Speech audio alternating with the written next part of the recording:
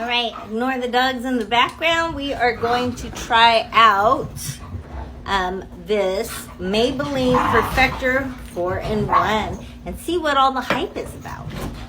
I have already prepped my skin. I am putting it up, and I got the color 1.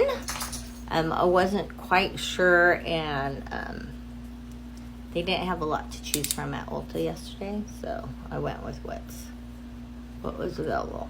So I'm just putting this all over my face. Do you see anything? Is it supposed to give coverage? Or just supposed to give me that glow? I'm not seeing a lot of coverage here. So I don't think this is something I'm gonna wear just by itself, but let's try it under our makeup.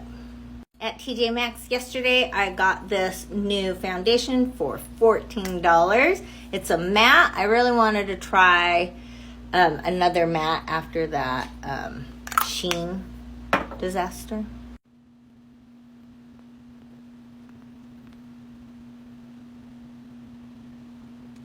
All right, next I'm gonna go in with my OG contour stick.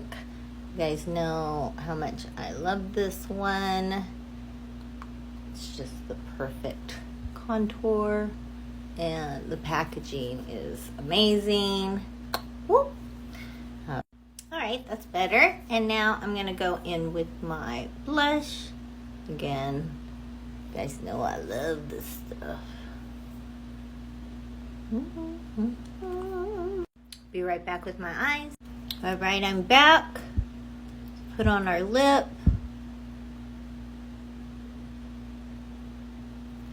All right, we need some concealer.